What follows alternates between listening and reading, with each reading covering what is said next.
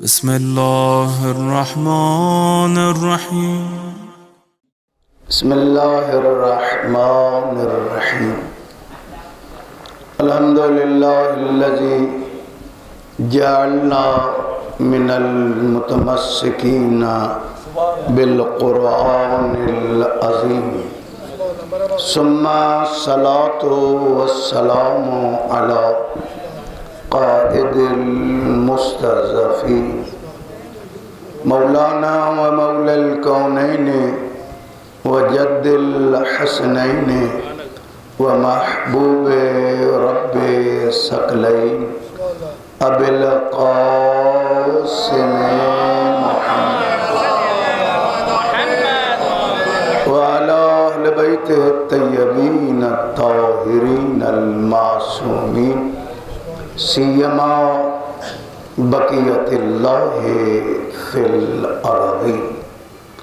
सलामु अलैका या अबा अब्दिल्लाह व अलल अरवाहिल्लती हल्लत बिफ़िनाइ अलैकुन्ना मिन्नी सलामुल्लाहि अबदा मा बक़ीतु बक़ियल लैल वन नहार वला जअलल्लाहु आखिरल अहद मिन्नी लिज़ियारतिकुम।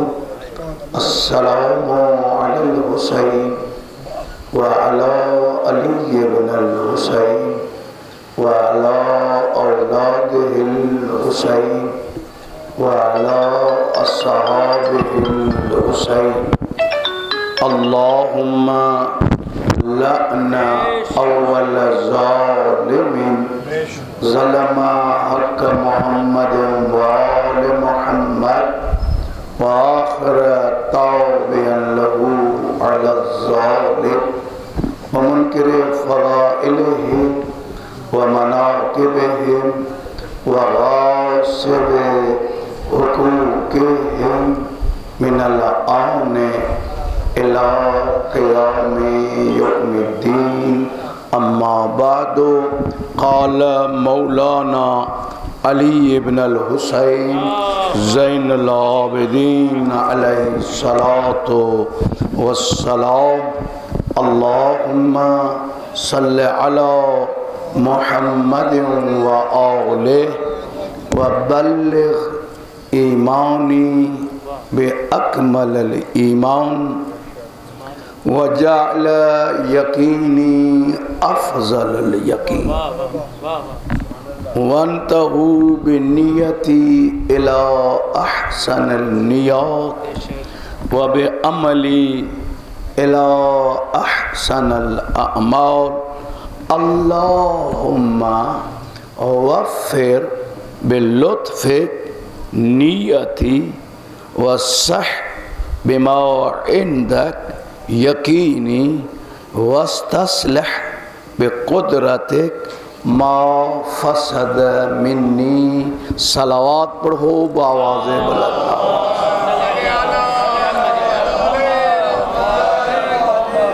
कलों के मुकदमे खां पो मुझे मौला सैयदुस साजिदीन जे इल्मी आसार जेके असां ताईं पहुता।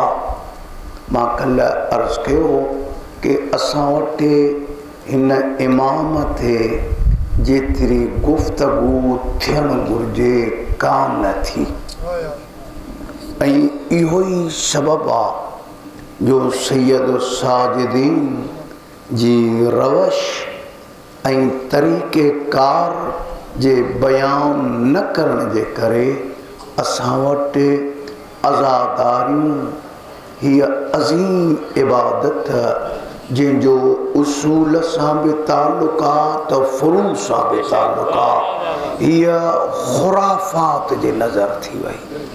माण्हुनि जे इलाक़ाई ख़ानदानी क़बाइली रीतुनि रस्मुनि रवाजनि खे असां अज़ादारी सम्झण लॻासीं।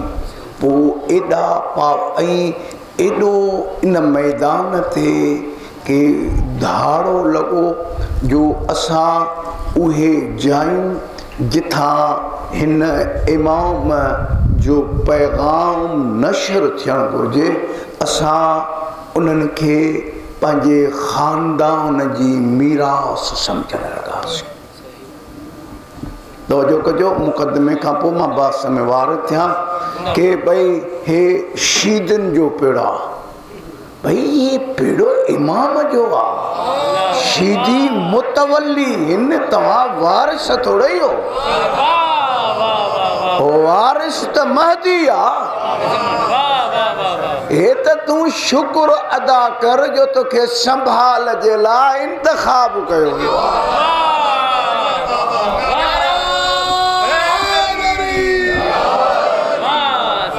जिथा हुसैनियत जी नशरो इशात थे, तूं उतां जो बुहारीदार आं, तुंहिंजे लाइ त एज़ाज़ आ। असां वटि माण्हुनि पंहिंजी ज़ाती प्रॉपर्टी सम्झी, ऐं प्रॉपर्टी सम्झण खां पोइ उहो खुलूस ख़तम थी वियो। तव्हां ॾिसो, असां वटि अज़ादारनि मां अॼु बि महफ़िल हुसैनी में अर्ज़ पियो कयां कि उहो तक़दुस पामाल थी वियो, उहा जाइ जंहिंजे तव्हां अहमियत जो अंदाज़ो लाइ जिते वेठा हो, ईअं न चओ त हे फलाणनि जो पेड़ो आहे, तव्हां हैसियत जो मक़ाम लॻायो। मरहूम शेख मुफ़ीद अलैहि रहमा चए थो कि जेॾी महिल तव्हां हे गिलम पत्रियूं विछाए मेंबर तयारु कंदा हो, शेख साहब चए थो मर्दनि जे दर ते अली बीठो हूंदो आहे। अमीर अल मोमिनीन जंहिंखे भली कार करे, जंहिंजे खीकारण जे लाइ अली बीठो हुजे, केॾो वॾो एज़ाज़ आहे।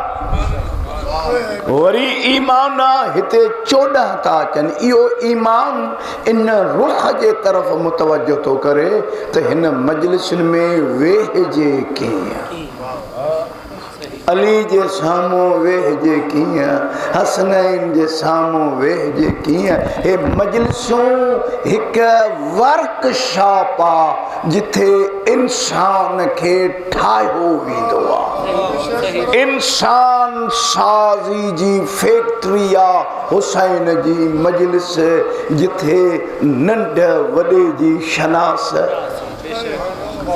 भाउ जो मक़ाम, अबे जो मक़ाम, घरोली जेके बि सिस्टम आहिनि उन्हनि जो मुश्किल कुशा हुसैन जी मजलिस आहे। पर असां वटि ॾचो इहो थियो, ख़ानदानी अबाणी मीरास सम्झीसीं, हितां पैगाम कन्वे न थियो। ऐं वरी हींअर जेको ॾचो आहे, हींअर खुलूस मोकिलायो वियो, इहा अज़ादारी रस्म थी हले। इन करे मां अॼु बि अर्ज़ु पियो कयां कि असां वटि हे जेके हिन ज़ात सां मख़सूस शयूं आहिनि, इहे असबाब गिरिया। हा, हिकु ज़मानो हो जेको मूंखे बि यादि आहे, मुंहिंजी एॾी वॾी उमिरि त कान्हे का, पंहिंजे हिन 63 साल उमिरि में ॾिसां थो, उहो ज़मानो हूंदो त एॾियूं अक़ीदतूं हूंदियूं कि अलम साईं लहंदो हो, माण्हू रोईंदा हुआ, नसब थींदो हो, माण्हू रोईंदा हुआ। इहा अक़ीदत हुई, इहो एहतराम हो कि इन ख़ानदान सां तालुक़ जोड़ियो वेंदो हो। इहे माण्हू चरिया थोरी हुआ जेके चंड चढ़ंदो हो, पेरें उघाड़े मथे उघाड़े घरनि में या तॾा विछाइनि या खटूं ऊंधियूं कनि। इहो छा ई अक़ीदत हुई? इहो इन ख़ानदान सां तालुक़ हो। उहे जुलूसनि उन्हनि मातमनि में या हुसैन जूं सदाऊं, उहे हैदर मौला अली मौला जूं आहूं, उहे उभ ॾारींदड़ उहे दाहूं, उहे वलवला अॼु मोकिलाए विया। माण्हू घणा आहिनि पर या हुसैन जे लाइ ज़बान नथी उथले।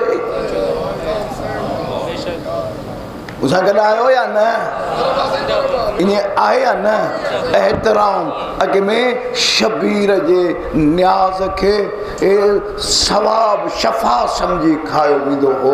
तव्हां मां अगरि कोई मशहद जो ज़वार आहे 85, 86, 87 जो त ॾिठो हूंदा मौला रज़ा जे दस्तरखान जे ॿाहिरां लाइन लॻल हूंदी। चवनि हिन दस्तरखान जो हिकिड़ो दाणो खपे। पर असां वटि इहे अक़ीदतूं मोकिलाए वयूं। अजब थो थिए असां वटि इहे न्याज़ हाणे सेजुनि इन्हनि ताज़ियुनि जे मथां उछलाए था। कॾहिं गौर कयो अथव एॾो इंसान किरी पियो आहे? के शयूं अहिड़ियूं आहिनि जेके ॿार भले को ॿियो नालो हुजेसि, जॾहिं हुसैन जो नालो पइजी वेंदो अथसि तॾहिं मुतबरक बाबरकत थी वेंदो आहे। काठियूं त ॿी जाइ ते बि आहिनि, पर जॾहिं अब्बास सां मनसूब थींदो आहे चुमियूं पाईंदो आहे। असां वटि न्याज़ जा एहतराम, न्याज़ ते झेड़ा मुकूं ठोशा, वरी न्याज़ में अर्ज़ कयां वरी कैटेगरियूं हे वॾेरा अचनि। मां हिकिड़ी ॻाल्हि कयां हज़म बि कजो, हे से मीर साहबनि जे लाइ, हे रेसन जे लाइ, हे मिर्ज़ा साहबनि जे लाइ। न न तोखे इहो तफ़ावत न करणु घुरिजे। हे दस्तरखान हुसैन जो आहे, हिते अमीर बि अचे हिते ग़रीब बि अचे।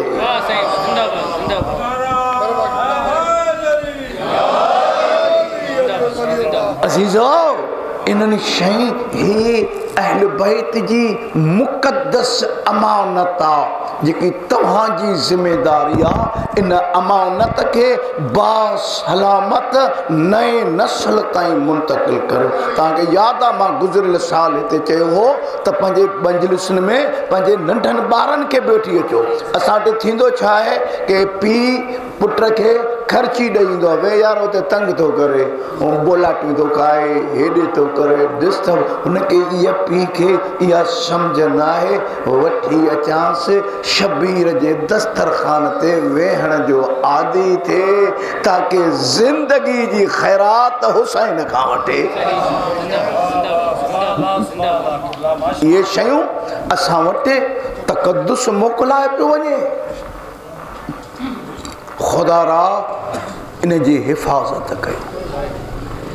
ये अक़ीदतूं बरक़रार रहनि। जेतिरो अरसो जियां शबीर जो बहानो थी रहा। तव्हांखे मां वाक़ियो ॿुधायां, तव्हांजे तारीख़ जी हिकु वॾी शख़्सियत गुज़री आहे। मरहूम आयतुल्लाह सैयद अली काज़ी रहमतुल्लाह अलैह। ही सैयद एॾी करामत वारो हो जो अखि छिंभ में करबला वेंदो हो। उनजी ॻाल्हि तो ॿुधायां। जेके मशहद विया, इहो जेको अखरोट वारो मेंबर आहे मस्जिद गोहर शाद में, साईं दरसे अखलाक ॾींदो, पढ़ाईंदो हो। शागिर्द चवंदा केॾी महिल ॾिसंदा किताब पियो आहे, साईं आहे कोन, काॾे करबला। उन माण्हू जी ॻाल्हि तो ॿुधायां। पोइ साईं जे घर जॾहिं मजलिस थींदी, पोइ साईं उहो जुतनि वारी जाइ ते वेंदो। इहो बुज़ुर्ग हुआ, एॾी उमिरि वारो वेहंदो हो। ही अबा खणी जुतनि जे मथां धूड़ साफ़ कंदो। तव्हां ॾिसो त साईं शबीर जे महिमाननि जो क़दुरु केॾो आहे। ईअं धूड़ साफ़ कंदो, पोइ हीअं चौंपलूं गॾु करे रखंदो। को मूं जहिड़ो हिकिड़ो चई साईं तव्हां हे तव्हां था कयो? चई क्षमा न में खाई। चई नथो चाहे त मां शबीर जे महिमाननि जी ख़िदमत कयां। इहे अक़ीदतूं, इहे मक़ाम शबीर जे दर तां ख़ैरात सां मिलंदा आहिनि। हिन ज़ात सां सीनो न साए, हिन ख़ानदान सां न चओ त हीअ मुंहिंजी आहे, तुंहिंजी छा आहे। जेकॾहिं ॾिनई तुंहिंजो तालुक़ ख़तमु थी वियो। हाणे तूं चओ जेको बि अचे हिफ़ाज़त करे, तूं मुहाफ़िज़ आहे, तूं सिक्योरिटी गार्ड आहे, तूं मालिक थोड़ा ई आहे। सही जिंदाबाद। वाह साईं, वाह साईं, क्या कहने। असां वटि इन्हनि खे पंहिंजूं प्रॉपर्टियूं सम्झूंसीं। प्रॉपर्टियुनि सम्झण जो नुक़सान छा थियो? वह मानवीयत अक़ीदत रूहानियत मोकिलाए वई फलाणनि जी आहे ऊंधी कनि त उन्हनि जी मर्ज़ी सिधी कनि त उन्हनि जी मर्ज़ी न न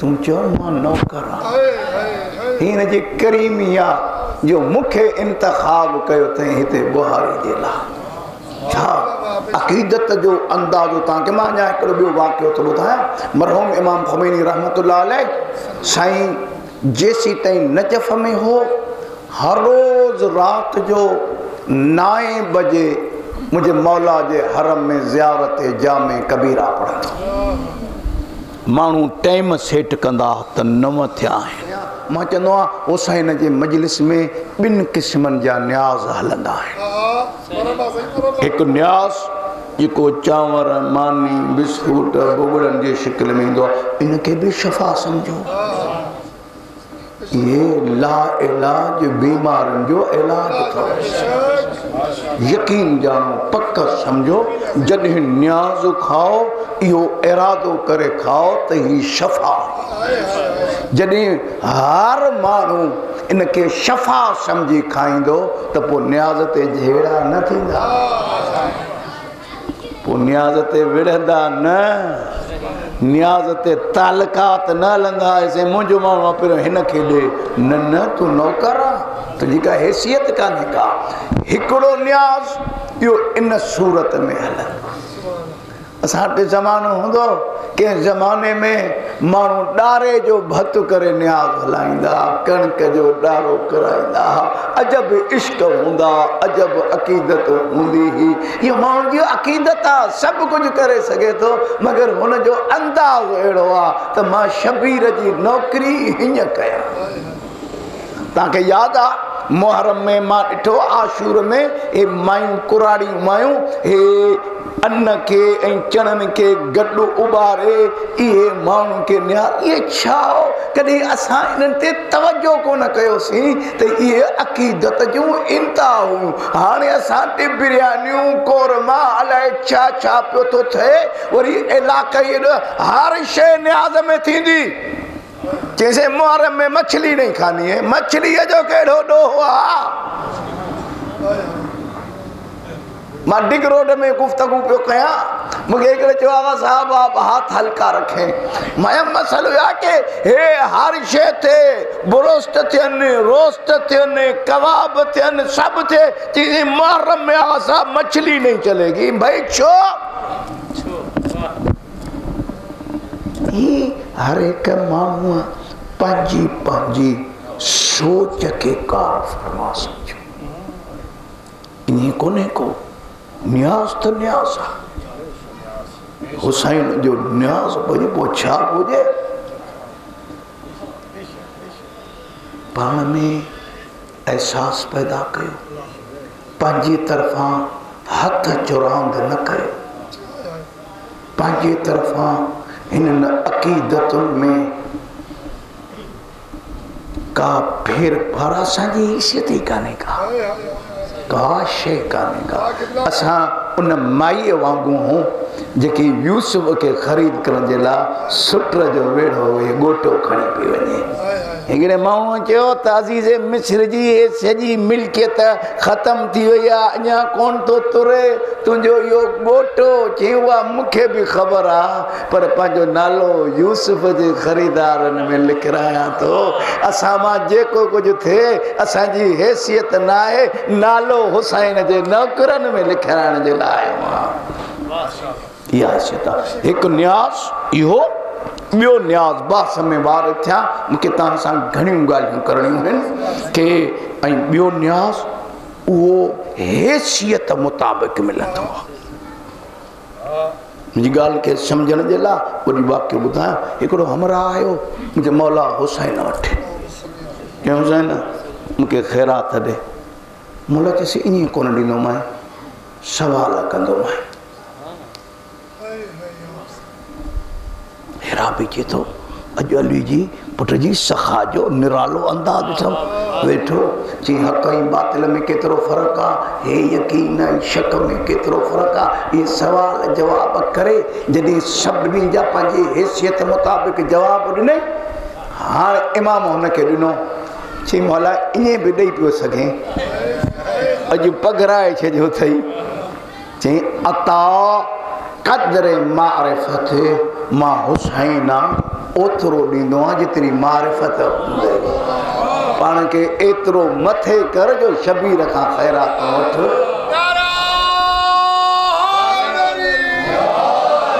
हाणे अचो मां चयमि ॿियो न्याज़ हिते विरहाइबो आहे पोइ उहो ज़रफ़ मुताबिक़ माण्हू वठंदो आहे शुजाई कसम सां थो चए हुसैन जे मजलिस में गैरत जो न्याज़ बि विरहाइबो आहे छो त बेगैरत जो करबला सां को तालुक़ ई कोन्हे को ऐं उनजी ॿियूं जेके निशानियूं हटी करे अमीर जो हिकिड़ो जुमिलो चवंदो आहे हे जवान ॿुधनि गौर सां कि अमीर मोमिनीन फरमायो नहजुल बलागा में पक सम्झो यकीन ॼाणो कॾहिं बि गैरतमंद ज़िना न कंदो आहे जेको ज़िना कंदो आहे उहो बेगैरत आहे जेके अली बेगैरत सॾे उनखे दुनिया जी काई ताक़त गैरतमंद नथी ठाहे सघे हिते गैरत जो न्याज़ हलंदो आहे हिकु नंबर ॿियो शबीर जे मजलिस में हया जो न्याज़ हलंदो आहे छो त बेहया जो करबला सां को तालुक़ ई कोन्हे को हिन मजलिस में ज़मीर जो न्याज़ हलंदो आहे बेज़मीर शबीर जे वेझो न ईंदो आहे हिन मजलिस में अदब जो न्याज़ हलंदो आहे हिन मजलिस में अखलाक जो न्याज़ हलंदो आहे पोइ जंहिंमें जेतिरो ज़रफ़ हूंदो आहे ओतिरो वठंदो आहे हिकु सलवात पढ़ो आवाज़ बुलंद आवाज़ सां हिन अॼु एॾो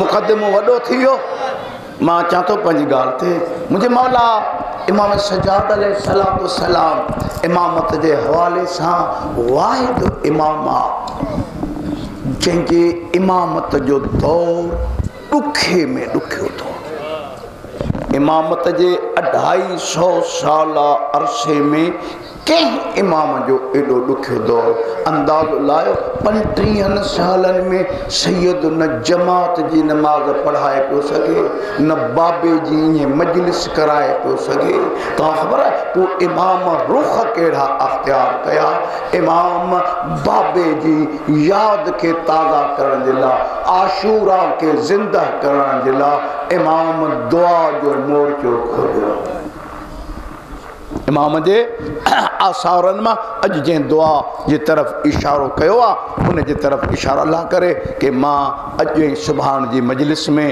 इनखे मुकमल कयां छो त मां हिन खमसे जे लाइ 3 दुआऊं इंतख़ाब कयूं मुंहिंजे मौला पहिरियों दुआउनि जी तरफ़ इशारो कयां पहिरीं दुआ मकारुमुल अखलाक जंहिंजो मां नालो रखियो आहे जीअण जो ढंग इमाम सजाद जे नज़र में ॿी दुआ जेकी तव्हांजे लाइ इंतख़ाब कई आहे उहा आहे अबे अमा जे हक़ में सैयद छा चयो आहे 3 दुआ औलाद जी तरबियत जे लाइ अलाह करे कि मुंहिंजी अॼु ॿी मजलिस आहे अलाह करे कि हिननि मजलिसुनि में इहो मवाद जेको तव्हांजे लाइ इंतख़ाब कयो आहे तव्हां ताईं पहुचाए सघां मुंहिंजे मौला जे इल्मी आसारनि मां हिकु मजमू दुआ जो आहे जंहिंखे सहीफ़े कामला चओ इंजील अहल बैत चओ ज़ुबूर अहल बैत चओसि उख़्तुल क़ुरान चओसि इन में जेको असां ताईं पहुतो आहे इहो जनाबे ज़ैद शहीद जे पुट जनाबे यहया इब्न ज़ैद जेको वरामीन में मशहद में दफ़न आहे इमाम ज़ादो असां ते हे दुआऊं इन सैयद जे ज़रिए पहुतियूं इन सैयद ॾाॾे जी सभिनी दुआउनि खे गॾु करे हाणे तादाद में इख़्तिलाफ़ आहे असां वटि जेके दुआऊं पहुतियूं आहिनि उन में सहीफ़े में कुल 54 दुआऊं हुयूं मरहूम बुज़ुर्ग तेहरानी ज़राए में लिखे थो 70 दुआऊं आहिनि अॼु बि हिन तॾे ते वेहण वारो हिन सैयद जे लाइ दुआ करो हिन इनक़लाब जे लाइ दुआ कयो इन्हनि तहक़ीक़ कई आहे 274 दुआउनि ताईं पहुता। एक आसार दुआउनि जो मौला दुआ के मोर्चो बनायो ऐं दुआ जे ज़रिए सैयद यज़ीदियत खे मौत ॾिनो ऐं अहिड़ो मौत ॾिनई जो यज़ीदियत वरी कर न खणी सघी। विच में आरज़ी लिहाज़ सां उथिया मगर उनखे एॾी उमिरि न मिली जेतिरी उमिरि इमाम सजाद आशूरा खे ॾिनी। हिकु असर दुआ, ॿियो असर जेका मुंहिंजे मौला जो असां ताईं पहुतो उहो मुनाजात ख़म्स अशर। हाणे इहो बहस आहे, हिकु लफ़्ज़ में तव्हांखे सम्झायां वरना इन ते मजलिस जी ज़रूरत आहे कि मल फ़र्क़ु बैन दुआ वल मुनाजात। दुआ ऐं मुनाजात में फ़र्क़ु कहिड़ो आहे? उहा बि दुआ आहे, हीअ बि दुआ आहे। दुआ गॾिजी घुरी वेंदी आहे, ॻाल्हाइबो हुन सां आहे पर गॾिजी घुरे। मुनाजात उन्हनि लफ़्ज़नि जे मेड़ खे चइबो आहे जेको ख़लवत में अकेलाई में हिकु मां ॿियो हू, इन सिफ़त खे 15 दुआऊं ऐं उन खां बाद में टियों असर जेको असां वटि पहुतो उहो असर आहे मुंहिंजे मौला जा ख़त। हैदराबाद वारो मुंहिंजे मौला जे इन असर जो मुतालो कयो जिन ख़तनि जे ज़रिए मुंहिंजे मौला दीन फ़रोश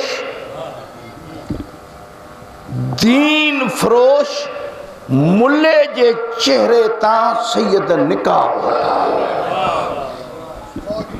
ऐं माण्हुनि खे सोच ॾिनई जंहिंजे कौल ऐं फेल में तज़ाद आहे उन खां मासूम जो दीन न वठो। जेको चवे हिकिड़ो करे ॿियो। हे असां वटि वॾो अलमियो आहे, असां वटि इहो हिकिड़ो वॾो अलमियो आहे। हींअर जेको घर मां निकिरे थो उहो अलम आहे। हिकु ॻाल्हि ॿुधो, हज़म बि कयो। असां वटि कुझु लफ़्ज़ वॾा मुक़दस हुआ। मूंखे इज़त इमाम सजाद जो कसम आहे, तव्हां शिया मनाबिया खे पढ़ो, खोलियो, तव्हां पंहिंजे फ़िक़ जे किताबनि जी वर्क गर्दानी कयो। जॾहिं बि लफ़्ज़ अल्लाह मां ईंदो हो त अल्लाह मां मुराद अल्लाह मां हिली वरितो ईंदो हो। असां वटि जेको घर मां थो निकिरे उहो अल्लाह मां आहे। शुजाई बि अल्लाह मां आहे जंहिंखे अल्लाह मां जी माना जी ख़बर कान्हे का। मुक़द्दस लक़ब लफ़्ज़ शेख मुफ़ीद खे वरितो वेंदो। सैयद ज़ात न, इहो असां वटि मुक़द्दस लक़ब हो। जॾहिं बि सैयदनि जी ॻाल्हि कई वेंदी त मुराद सैयद मुर्तज़ा ऐं सैयद अलमुल हुदा वरितो वेंदो हो। असां वटि वॾो पाकीज़ा साफ़ शफ़ाफ़ सफ़ जेको आहे मकतब हो जंहिंजे इस्तिलाहनि ते धाड़ा लॻा। जंहिंखे चाहियूं असांजो उस्ताद आहे अञा ज़िंदा आहे, अल्लाह साईं हयाती ॾेसि, आयतुल्लाह मोहसिन कराची।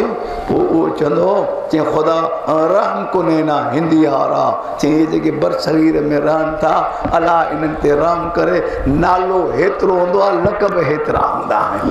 सम्झ मुंहिंजी ॻाल्हि अचे थी या न? हिकु सलवात पढ़ो आवाज़ बुलंद आवाज़ सां।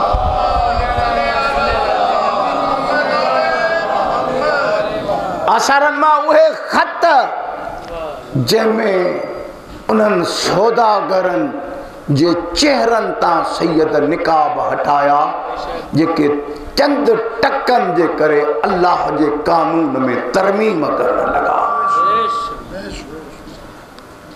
उन खां पोइ वरी ॿियो असर आहे मुंहिंजे मौला जे आसारनि मां हिकु असर रिसालतुल हुकूक आहे। रिसालतुल हुकूक जंहिंमें सैयद हिक निशस्त में 50 हक़नि जो ज़िक्र कयो। ॿी आलमी जंग खां पोइ 56 मुल्कनि जे नुमाइंदनि 86 कलाक लाता पोइ हुकूक बशर जो चार्ट ठाहिनि कंहिं ज़मानत न ॾिनी हुसैन जे बचड़े हिक निशस्त में वेही 50 शिकनि ते ॿधल चार्ट ॾिनो ज़मानत ॾिनई त जॾहिं बि इंसानियत इन्हनि हक़नि खे अदा कयो त नफ़रतूं मुहबत में तब्दील थी वेंदियूं। मुंहिंजे मौला जे आसारनि मां टियों असर टियों या चौथों मूंसां गॾु आयो या न मां असर मुंहिंजे मौला जा ख़ुतबा हाणे चवनि था सहीफ़े ते सैयद इन 54 दुआउनि में मां बस सॼो आगाज़ थो कयां 54 दुआउनि में 1195 सलवातुनि जो ज़िक्र कयो आहे। छो मूं वटि ॿ टे मजलिसूं आहिनि बस नथो करे सघां त हिन दुआ में केतिरियूं सलवातूं हिन दुआ में केतिरियूं सलवातूं कुलनि हिकिड़ो ॿुधायो 1195 सलवातुनि जो ज़िक्र 54 दुआ। कॾहिं गौर कयो अथव छो? मुंहिंजो इमाम दुआ जे ज़रिए इंसान के सोच ॾिनई कि यादि रखो खुशहाल ज़िंदगी गुज़ारण चाहियो था सुख जो साह खणण चाहियो था ख़लवत ऐं जलवत में अहल बैत के आइडियल बनायो। छो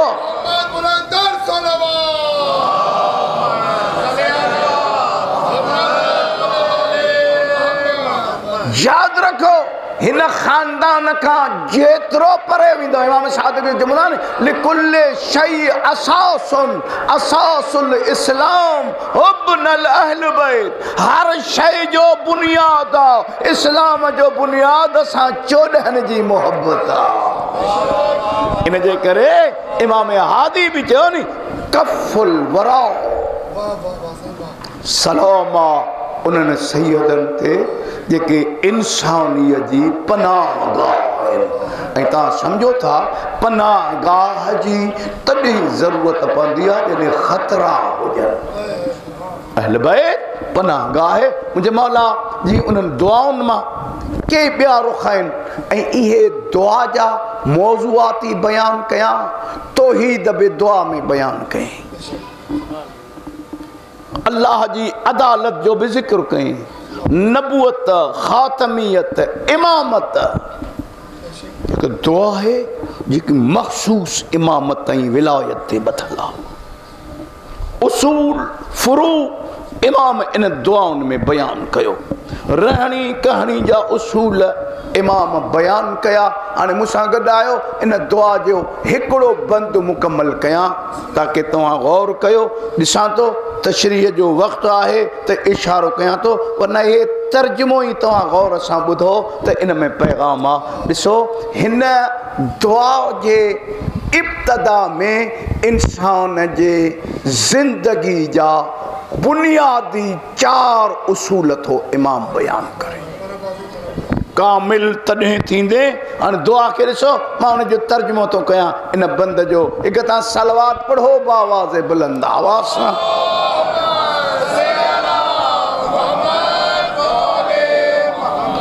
अल्लाहुम्मा सल्लि अला मुहम्मद व आलिहि। सलवात खां पोइ मातमिन खे अज़ादारनि खे नोए खाननि खे ख़तीबनि खे मर्सियन पढ़ण वारनि खे सोज़ो सलाम पढ़ण वारनि सभिनी खे चयो थो हाणे हिते जो वेठा हो हाणे हुसैन जे ख़ुदा खां पहिरियों 4 मुतालिबा कयो। पहिरियों मुतालिबो कयो बल्लिग़ ईमानी बे अकमल ईमान ए शबीर जा खुदा मुझे ईमान के कामिल ईमान करार दे। छो त जेकॾहिं ईमान अथसि त सभु कुझु आहे। अरबपति हुजे ऐं पाड़े वारा चवनि त हे बेईमान आहे शख़्सियत बचंदसि। सैयद चए थो पहिरियों मुतालिबो कयो ईमान ईमान जी दौलत सां मालो माल थियो हिन तॾे तां पिनो ए अजबा दुआऊं घुरो साईं नौकरीअ जे लाइ दुआ घुरो पुट जे लाइ दुआ घुरो घर जे लाइ दुआ घुरो न साईं पहिरियों दुआ घुरो त ईमान ॾे ईमान हाणे बस ॾिसां थो बस ॿार थियमि त इशारा कंदमि कुझु रवायत जे तरफ़ पहिरियों तर्जुमे ते गौर कयो बलिग ईमानी बि अकमल ईमान हुसैन जो मातमी आहे मुतालिबो इहो आहे त मुंहिंजे ईमान खे कामिल करार ॾे हिकु वजल यकीनी यकीन जी दौलत हुजे आयो आहे कमकार छॾे आयो आहियां दोस्त संगतूं सभु छॾे आयो आहियां यकीन सां आयो आहियां त शबीर खां पिनी हलंदुसि हितां ईअं थोरे वेंदुसि यकीन इन जेके रवायतूं आहिनि मां कल्ह दुआ जे लाइ अर्ज़ु कयो कि दुआ जॾहिं घुरो तॾहिं यकीन सां वेहो त ॿुधंदो ॾींदो ख़ाली न मोटाईंदो यकीन अफजल यकीन करार ॾे हिकु सलवात पढ़ो आवाज़ बुलंद आवाज़ सां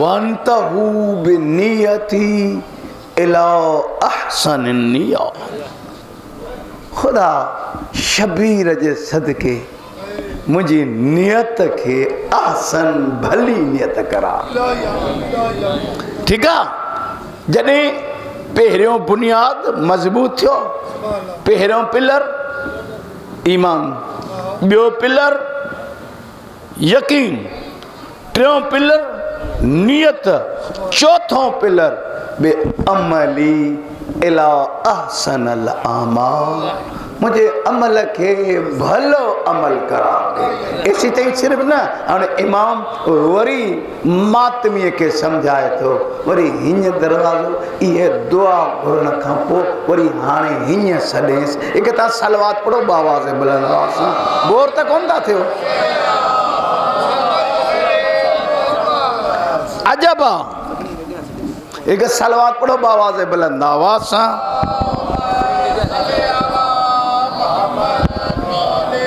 ॾिसो मूंखे मुनो कलाक पियो थो थिए ए बार बार चवणु भली ॻाल्हि कान्हे का मुंहिंजे बकौल चवंदो आहियां जीअं नमाज़ जी पहिरीं सिफ़ में बीहणु वॾो सवाबु आहे तीअं शबीर जे मजलिस में आॾो वेहणु वधीक सवाबु आहे असां वटि हर हिकु माण्हू हाणे त अलहमदुल्ला कोन्हनि खे गुज़िरियल साल ॾिसां पियो त जवान डंडा डोंटा भितनि जा सहारा पिया वठनि बाबा ही छा वेठो अचो औरते अचो पोयनि जे लाइ जाइ बचायो त सलवात पढ़ो आवाज़ बुलंदा थोरो औरते औरते अचो अॼु त अची पूरो थियो आहे वक़्तु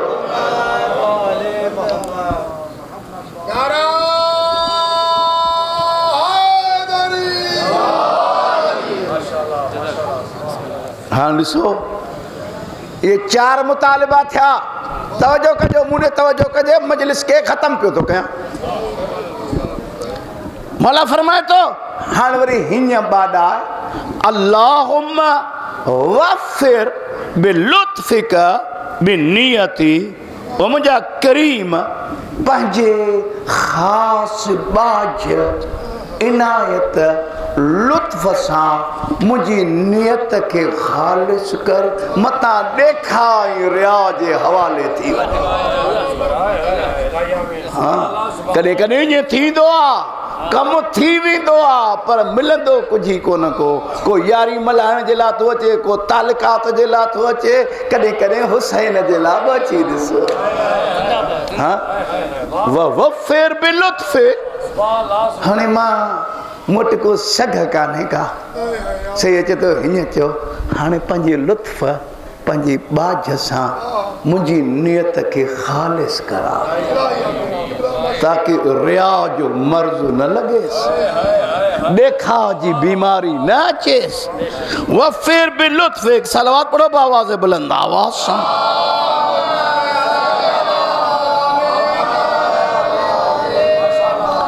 वसह बिमा इंदक यकीनी खुदा पंहिंजे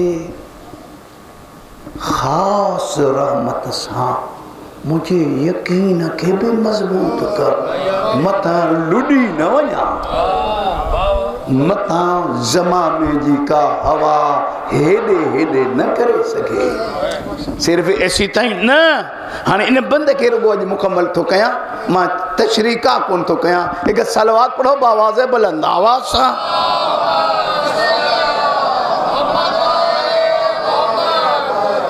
हाँ जेकॾहिं गौर कयो सॼो पैगाम तर्जुमो ई ॿुधो त बि मां कमायो।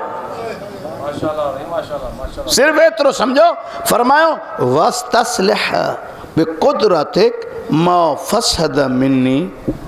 ओ शबीर जा ख़ुदा, मां त कोशिशूं वॾियूं कयूं आहिनि, पर ख़ुदा पंहिंजी ख़ासि कुदरत सां मुंहिंजी ख़राबियुनि जो इस्लाह कर, मता शबीर जो दुश्मन महणो ॾेई वठे।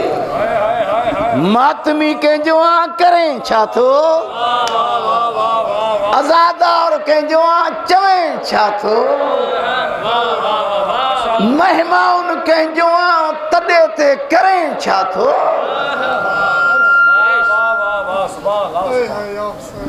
अचो ॾिसो इमाम तोखे कीअं थो ठाहे। इहा दुआ जे ज़रिए तो में हिम्मत हौसलो पैदा कयो। ओ मातमियो आज़ादारो, पाण खे घटि न सम्झो। छिंजो अली जहिड़ो हामी हुजे। असांजो हिकु उस्ताद हूंदो, पोइ कॾहिं कॾहिं क्लास में ईअं चवंदो कि अली दौरम चे गम दौरम, चे दुनिया त अजब आ, मूंखे तकलीफ़ूं सदमा ॾेई हे ख़ुशि थी थिए। मन अली दौरम चे गम दौरम, चे जीअं वटि अली आहे उन वटि कहिड़ो ॾुख आहे। इनजे करे अल्लाह जे नबी फरमायो या अली लो इज्तमन्ना सला हुब्बी लम्मा खलक अल्लाह नारा। अली अगर सजी इंसानियत तुझे हुक्म जी तामील करे हां, अली तुझो चवण वठे हां, त अल्लाह जहन्नम पैदा ही न करे हां।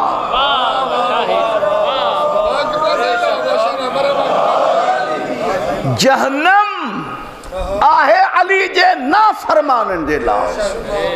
इन जे करे इन मौला जे इन दुआ जे हेठां ॿ जुमला ॿुधो, ख़त्म कयो मजलिस। छो चई लौ अमिल सबईन नबिया, अगर कोई 70 नबिन जेतिरी इबादत करे, वली न, कुतुब न, कलंदर न, 70 नबिन जेतिरी इबादत करे। अली अगर तू न आहेसि, अगर तुंहिंजी मोहब्बत न अथसि त जन्नत जी ख़ुशबू ई कान ईंदसि।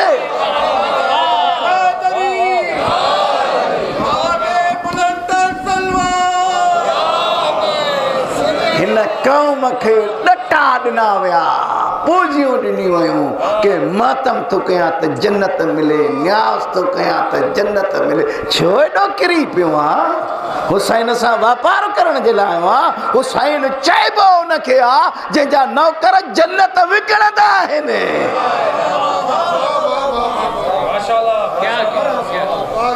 त मौला चए थो पंहिंजी कुदरत सां हाणे मूं में वस न आहे, मां हर तरफ़ ॾंगजी वियो आहियां। संगतनि जी बीमारी, तालकात जो मर्ज़, तमा, हिर्स मूंखे ॾाढो बुछड़ो कयो आहे। हाणे बा चकर हिकु शेर ते मजलिस खे ख़त्म थो कयां। ऐं ईरानी अजब शेर आहे। हुसैन अज कूदकी आशिकत बूदम गर्चे आलूदम। हुसैन नंढपण खां वठी तुंहिंजो आशिक़ हुम, संगत मूंखे गुनहगार करे छॾियो आहे। हुसैन अज कूद की आशिकत बूदम मुझी माँ मुखे चोला पाराईंदी ही नंढा नंढा अलम खणी इन्हनि जुलूसन में या हुसैन जूं सदाऊं कंदो अज कूद की आशिकत बूदम हुसैन नंढपिण खां वठी तुंहिंजो आशिक हम गर्चे आलूदम बेसमझे लाशऊरी जे तौर गुनाह कयम लेकिन हुसैन पहलू शिकस्त मादर हुसैन माँ जे भगल पासरन जो वास्तो हुसैन लुखे पासे वारी माँ जो वास्तो थई मुखे दरता तड़े न कटजा बस इमाम सजाद जे नाले सां ही खमसो हले पियो थो ओ हैदराबाद वारो जॾहिं हिननि ॾींहनि में सजाद हिकु कौल मुताबिक़ पहिरीं सफ़र ते जॾहिं शाम में दाख़िल थियो अचो मजलिस जो आगाज़ हितां कयां दाख़िल थियो जेके शाम जा ज़वार वेठा दुआ घुरो वरी शाम खुले ख़ुदा हिननि ज़ालिमनि खे तबाह करे वरी अली जे धीउ जो दर चुमऊं दर्द वारो जॾहिं इन बाज़ार हमीदिया जे ॿाहिरि बीठो सिपाही आयो चई अञा बाज़ार सिंगार आहे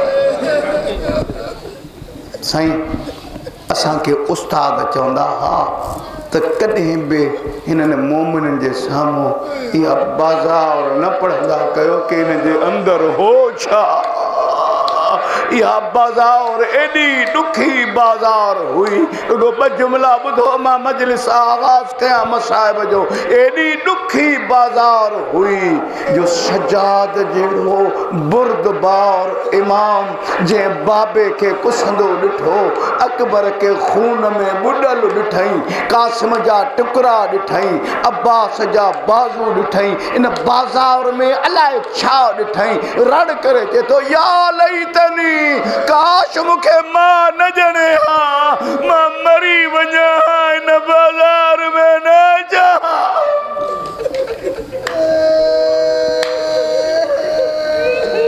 मलायो इन बाज़ार जे दर ते पहुतो हाणे मूंसां गॾु हलंदा अचो ॾिसां थो केतिरो ॿुधी सघंदव बाज़ार जे दर ते जेॾी महिल पहुतो नी इहा नंढड़ी भेण वेठो आहे नंढड़ा हथ ॿधी चए सजाद शिमर खे चयो मूंखे हिते चमाटू न हणे अदा मूंखे एतिरो मारियो अथई भाउ मुंहिंजी चमड़ी हेठि थी वई आहे सजाद सिज निकिरे थो इहा जाइ घुरे थी सजाद बे हया खे चयो मूंखे पुठीअ में धका हणे वो दर्द वारो बस इहा बाज़ार उबूर थी मां चयो न पढ़ंदुसि बस एतिरो सम्झो जेके शाम ॾिसी आया हो इहा दरबार बाज़ार एतिरे थोरे फ़ासिले में जॾहिं ॿाहिरि निकितियूं तॾहिं सभिनी बीबियुनि जे चोलनि जा रंग ॻाढ़ा थी विया एॾो ख़ुम्स मिलियो एॾो उम्मत परचायो एॾो अरमान कयनि जो अली जी धीउनि नूहनि पोटनि जे चोलनि जा रंग ॻाढ़ा थी विया आई इन बाज़ार उबूर करे दरबार में अञा दाख़िल न थी ॿाहिरि वेठी अलामा नुकिल जीअं नकल कनि था बेहया आयो ये सजाद जे साम्हूं मुंहिंजे पुठीअ खे धको आहे मुंहिंजो पढ़णु सवलो तुंहिंजो ॿुधणु सवलो 22 सालनि जे भाइट जे साम्हूं 55 सालनि जी पुफीअ खे जॾहिं धकु लॻो हिकु मर्तबो ॾिसी चए थो बेहया हया कर मुंहिंजी पुफी केॾी न थकल आहे हिकु मर्तबो चई अम्मा वेही रहिया हो चई सजाद बाबे अली चयो हो ज़ैनब दरबार खाग में मां ईंदो माई सजाद मां बाबे जो इंतज़ार थी कया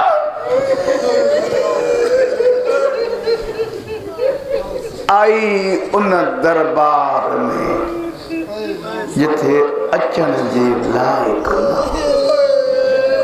इन समझो तव्हां त ॿुधी था तव्हांजे तारीख़ जो मुश्तहिद गुज़रियो आहे मरहूम मिर्ज़ा शिराज़ी रहमतुल्लाह अलैह 1920 में जेकी तमाक वारी तहरीक जो बानी साईं जे घर मजलिस बि थिए के मर्शीअ ख़ान मर्शीअ में रुगो हिकिड़ो जुमिलो चयो ज़ैनब ऐं बाज़ार इहो मुश्तहिद बेहोश थी वियो मजलिस ख़त्म थी वई हैदराबाद वारो ज़ाकिर परेशान हुजे मुश्तहिद खे होश कोन थो अचे काफ़ी कलाकनि खां पोइ होश आयो ज़ाकिर हथ ॿधी चए थो साईं मां इंक़दर सख़्त के न गुफ़्तमि चई साईं मां एॾो ॾुखियो मसाइब त न पढ़ियो चई मूंखे मारणु चाहे थो इन खां वधीक कोई मसाइब आहे ज़ैनब ऐं बाज़ार आई उन दरबार में एक सफ़ में अहल बैत सैयद ज़ादियूं बीठियूं ॿी रस्सीअ में बचा दफ़न हौसले सां ॿुधो उन न्याणीअ जी ॻाल्हि थो कयां बीठी ईअं आहे ॾिसो मूंॾे हिकु हथ हिते अथसि ॿियो हथ हिते अथसि पेर रखे बि थी खणे बि थी बेहया नशे मां दुत थियण खां पोइ चए थो मन अंते केरा न्याणीअ जा चप हलिया मगर आवाज़ न हलियो बेहया चए थो कैदी तुंहिंजी भेण मूंसां ॻाल्हाए कान थी चई ज़ालिम कुझु त हया कर उमिरि ॾिसेसि ईचीअ में रस्सी ॾाढी ॾुखी ॿधी वई अथसि सिपाही खे चई त इन न्याणीअ जी रस्सी खोलियो मगर शबीर जी धीउ आहे न ख़बर हुअसि जॾहिं हथ खुलंदसि मां कान हूंदमि हथ जो इशारो कयईं को गैर मुहर्रम मुंहिंजे साम्हूं न अचे सजाद हिकु दफ़ो तुंहिंजा हथ खुलियल ॾिसणु चाहियां थी सजाद हिनखे चयो तुंहिंजा हथ खोले मुंहिंजूं रसियूं तूं खोल हथ खुलिया तव्हांखे इंतज़ार न करायां भेण जूं रस्सियूं खोले मां त पढ़ियो तो ॿुधो मगर 22 सालनि जो भाउ 4 सालनि जी भेण ओ जवानो हिननि जाइनि तां रत पई ॻणे ॿुधंदो मसाइब खोली ज़ालिम चए थो केरु आहे चई मुंहिंजो नालो फातिमा आहे बाबो प्यार सां सकीना सॾींदो चई मां ॿुधो आहे त बाबे जी तोसां वॾी मोहबत आहे अॼु हिन भरी दरबार में सॾु करे तुंहिंजे चवण ते ईंदो बसि इहा मजलिस आहे मेंबर ख़ाली थो कयां हिकु मरतबो अज़ीज़ो जॾहिं इम्तिहान जी ॻाल्हि आई चई मूंखे पोइ एतिरी मोकल ॾे त मां बीबियुनि जे विच में बीहां मां पंहिंजे उञे बाबे खे सॾु कयां हैदराबाद वारो बीबियुनि जे विच में आई सैयदज़ादनि खे चई हल्को ॿधो अॼु उञायल बाबे खे सॾु कयां मां पंहिंजे लफ़्ज़नि में चवां उन चोले जी दामन खे अॻिते वधायईं जंहिं दामन ते बाहिजा चुटनि सां बाह सां सड़ियल हो उन चोले जी दामन खे अॻिते वधायईं जिते कननि जो रत लॻल हुअसि हैदराबाद वारो इन झोली अॻिते करे चयो मुंहिंजा उञायल बाबा ओ मुंहिंजा प्यासा बाबा ओ मुंडे खंजर सां वढियल बाबा बाबा हलिया धीअ जो इम्तिहान आहे बाबा शराबीअ जी दरबार आहे अरबाबे मकातिल चंता सैयद शोदा जे सर तवाफ कयो हिकु मर्तबो झोलीअ में